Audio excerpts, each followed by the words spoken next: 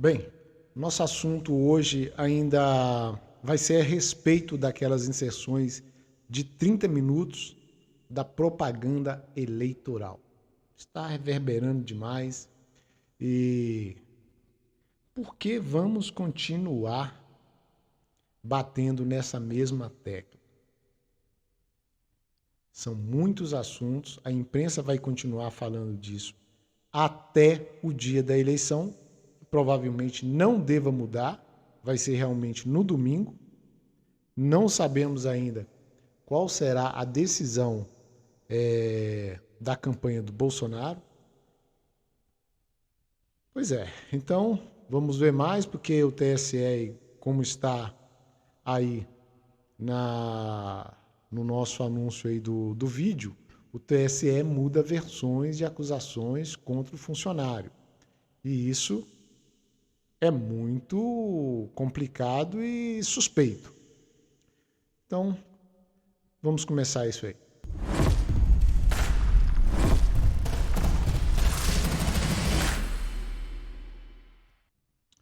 Pois é, o jogo está desigual e não é de hoje, pelo que a gente está vendo, e muitas narrativas vêm sendo construídas contra o presidente Bolsonaro ao longo desses 4 anos.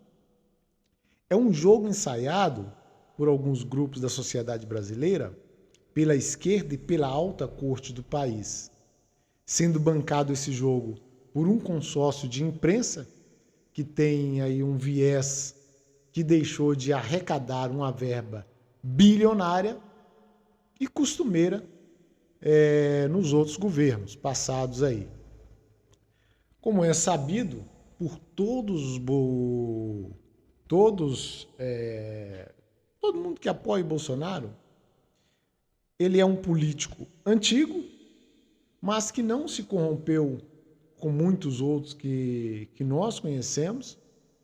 E quando se quer derrubar um governo, quando se quer macular a imagem de um político, aí é só cavarem lá, procurar em vários lugares e descobrir um mal feito aqui, um mal feito ali e jogar no ventilador. O que não foi possível, então, contra o Jair Messias Bolsonaro. E nesses 4 anos, fizeram de tudo para colar alguma pecha no Bolsonaro. Se valeram de muitas narrativas que vão aí repetindo, sendo provado que não passam de mentiras, mas continuam sempre essas repetições, né? Sabe, e aquela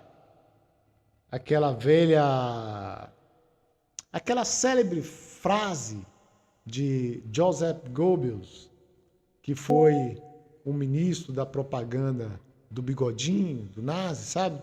Não posso dizer aqui. Que a mentira dita 1000 vezes torna-se uma verdade. Pois é. Triste é esse papel da imprensa, que se tornou, como a gente já viu aí, desde a pandemia, se tornou um consórcio praticamente para esse fim.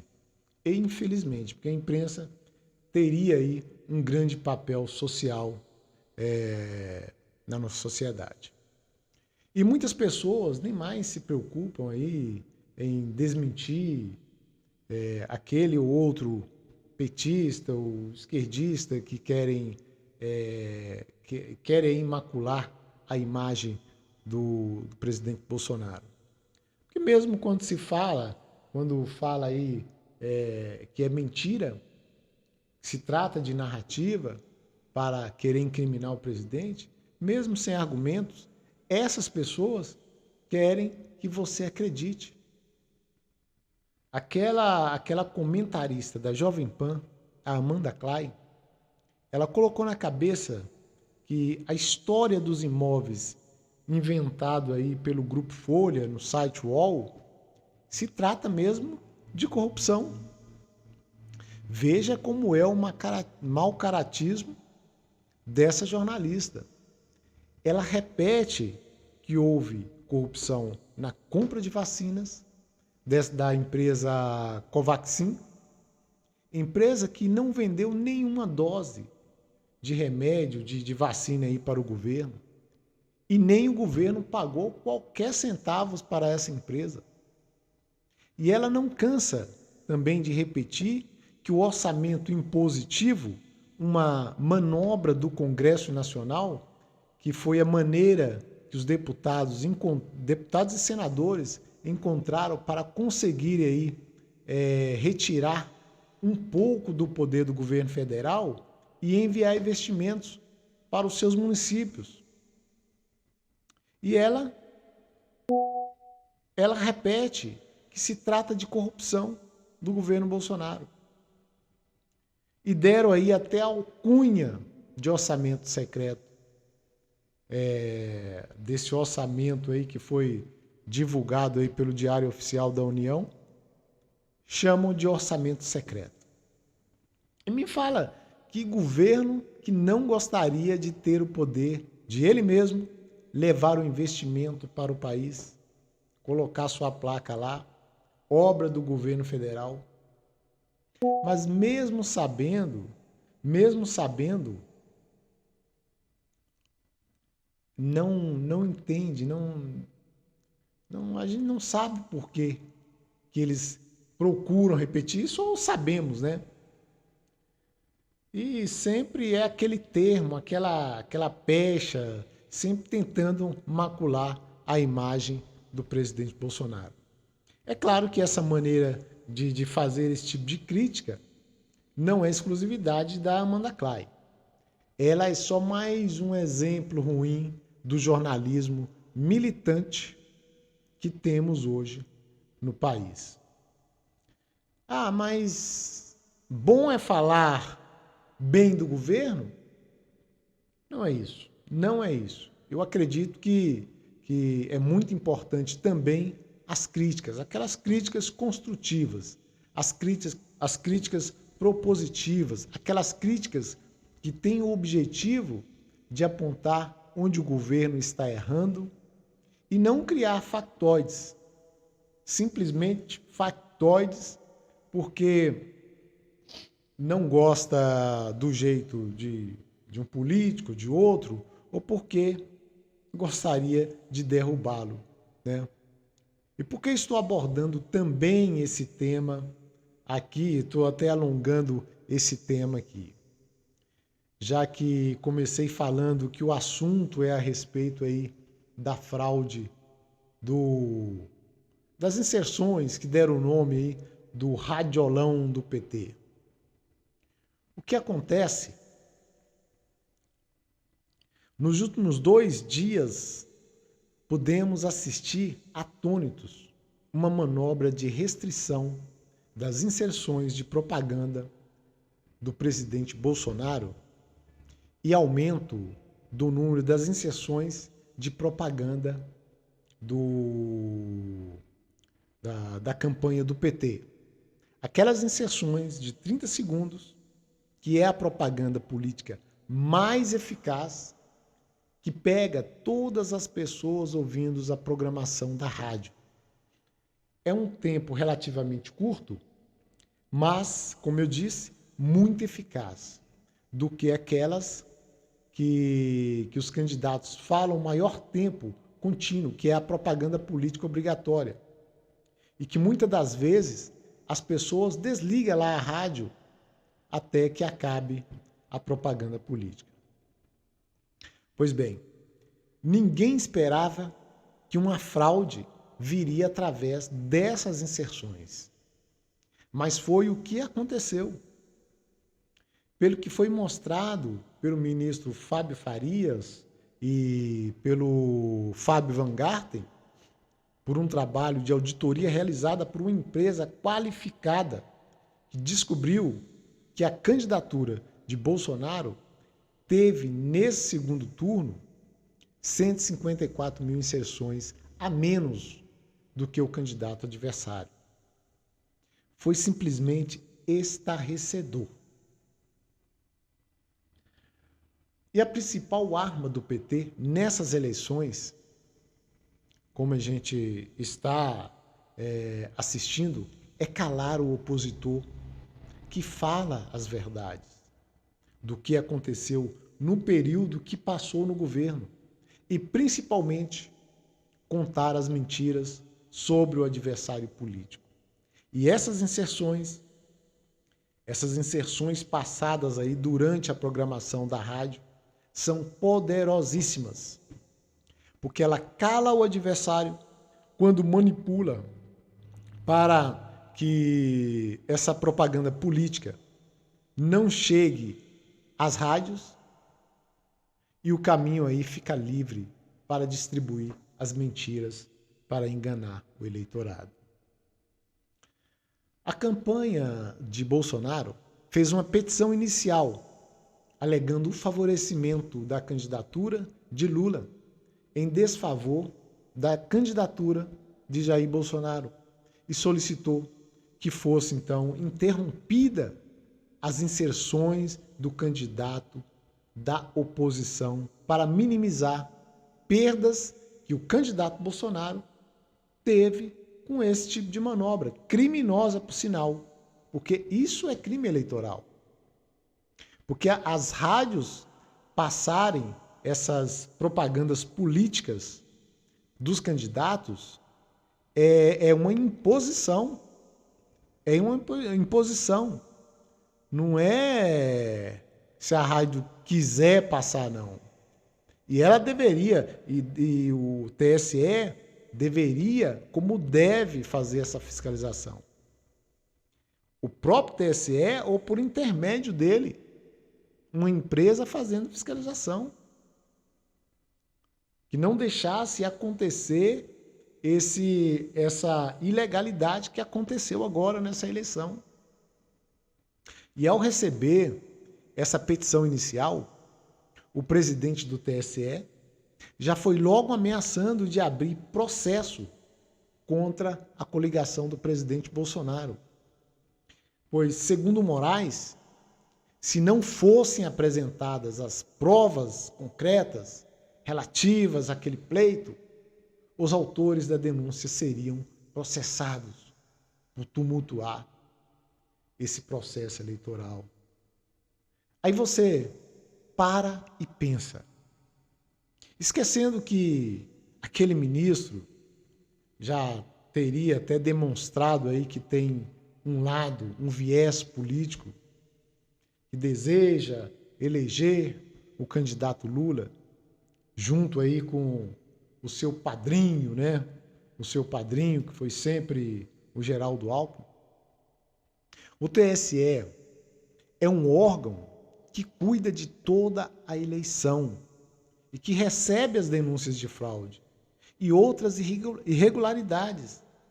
Evidentemente, tem a obrigação de usar o seu poder de polícia e, como órgão fiscalizador, tem a obrigação de equilibrar essa disputa eleitoral. E caso fique comprovada alguma irregularidade, tomar as providências cabíveis para reparar os danos àquele candidato prejudicado. E o TSE tem uma gorda verba de 10 bilhões de reais para que faça o seu trabalho. E agora, como vemos, está tentando tirar seu corpo fora, falando que não é obrigação do TSE de fiscalizar. E quando um candidato vai a um órgão como esse, responsável por tudo isso que falamos, e recebe uma reprimenda de que aquela sua denúncia poderá prejudicar o próprio denunciante, ao invés de imediatamente procurar saber se aquela denúncia é factível, estamos então diante de um comportamento escandaloso de uma autoridade que deveria fazer o seu papel e está se esquivando. E não há para onde correr, pelo jeito. a quem recorrer. O ministro Alexandre de Moraes deu 24 horas para que fossem apresentadas as provas. Talvez aí esperando que a coligação do presidente não fosse capaz de juntar todas aquelas peças nesse prazo. E pelo que o candidato Jair Bolsonaro falou numa entrevista que convidou a imprensa, o pessoal da campanha virou à noite para produzir todas aquelas 5.000 páginas de provas colhidas. E ainda fez mais, fez recorte dessa peça com 8 rádios, para que servisse de exemplo e diminuísse o trabalho do TSE fazer uma avaliação minuciosa como a aplicação se deu para colher, para que pudesse acontecer esse tipo de irregularidade. E o que fez o TSE? Primeiro, demitiu o funcionário que cuidava da distribuição dos spots para as rádios e justificou que era apenas uma troca comum de funcionários. Era uma troca normal. O funcionário, o senhor Alexandre Gomes Machado, foi praticamente jogado na rua, sem direito a recolher seu material particular, pelo menos é o que eu fiquei sabendo, em seu escritório, né? Coisa que a gente vê acontecer em regimes totalitários. É um funcionário concussado. O senhor Alexandre estava no seu trabalho naquele momento que foi enxotado lá no TSE, quando recebeu a visita de 2 seguranças. E esses 2 seguranças confiscaram o seu crachá e deu a ordem para que ele seguisse até a saída do órgão, pois teria sido exonerado naquele momento. E sem nenhuma outra explicação. O senhor Alexandre foi embora, é claro, e seguiu depois até a Polícia Federal, porque temia, segundo ele, por sua vida e dos familiares. E ele sabia exatamente por que teria sido enxotado daquele jeito do TSE. Por isso que ele procurou a Polícia Federal. E certamente ele imaginava que tudo aquilo que estava aparecendo recairia sobre os seus ombros. E evidentemente ele fez o mais correto, que foi procurar a polícia. E quem é exatamente o senhor Alexandre Gomes Machado, que prestou lá o depoimento para a Polícia Federal? Alexandre, ele atuava diretamente no gabinete do ministro Alexandre de Moraes e era responsável pela área de distribuição e fiscalização da propaganda eleitoral. Bom, o ministro Alexandre de Moraes falou, parece que foi hoje mesmo que ele deu uma entrevista, tirando o corpo fora, dizendo que o TSE não é responsável pela fiscalização, né, das rádios. Quem deveria fiscalizar seriam os partidos, né? Mas exonerou lá o funcionário. E aí, mais tarde, a imprensa teve acesso a esse depoimento. E veio depois uma outra nota do TSE, contrariando a primeira explicação da exoneração do funcionário. E dizia que o senhor Alexandre teria sido demitido por assédio, o que é mais grave, muito grave. Não só as inserções, mas essa suposta tentativa de associar o funcionário que foi exonerado, assim, ex officio, né?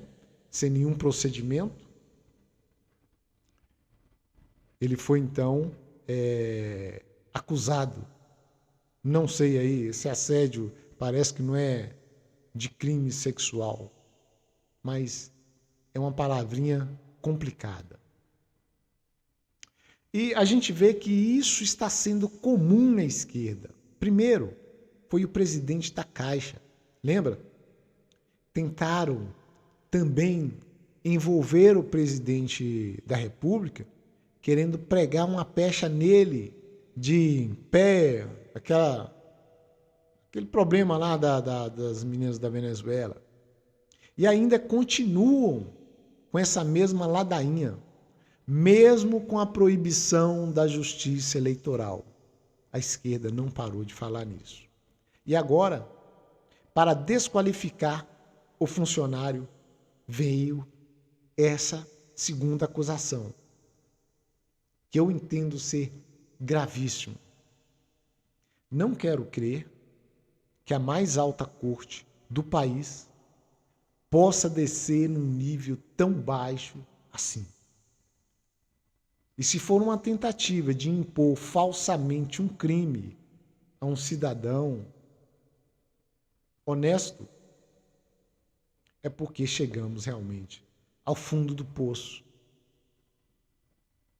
Mas veja, hoje o TSE já está com uma outra narrativa sobre o funcionário demitido. Segundo o TSE, o funcionário foi exonerado por militância política no órgão. Terceira vez, mudou a narrativa a terceira vez. Vamos acreditar? E amanhã? O que vai ser? E durante o dia de ontem, muitos se perguntavam o que poderia acontecer, já que as provas foram robustas, né? Alguns jornalistas e até mesmo integrantes do Congresso Nacional falavam em adiar o dia da votação para reequilibrar as forças dos dois candidatos. E no final da tarde veio uma definição do ministro Alexandre de Moraes. E ele foi curto e grosso. Ignorou todos os méritos daquela petição, daquele pedido de investigação, com todas aquelas provas, 5.000 páginas. E ainda disse que Bolsonaro e sua equipe só queria tumultuar o processo eleitoral. E abriu mais 2 procedimentos contra o presidente Bolsonaro, contra o denunciante. E o pior é o seguinte: isso acendeu mais um alerta. O presidente vai aceitar essa decisão e colocar o rabo entre as pernas? Ele disse que vai recorrer ao pleno. Claro, normal, né? O normal. Eu digo que não vai adiantar nada e todos nós sabemos que não vai. Todos sabemos disso. Só vai dar, né? Não tem outro jeito, só vai dar mais força para o Moraes. E qual é o alerta? Dia 30, o vencedor da eleição será anunciado. Imagina o ladrão saindo vitorioso nesse pleito. Ainda que se descubra aí uma fraude ainda maior.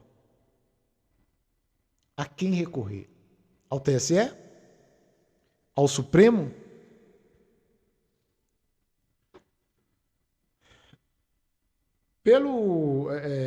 Na minha opinião, está tudo armado. A gente sabe que não vai adiantar recorrer. Alexandre de Moraes já deu mostras do que pode acontecer no dia 30. A menos que as Forças Armadas intervenham nesse processo. Eu não estou dizendo fazer uma intervenção, intervir nesse processo eleitoral e garantir a lisura desse processo eleitoral. Vão gritar aos quatro cantos que é golpe. De qualquer forma, vão gritar. O golpe está acontecendo e é do jeito que estamos vendo.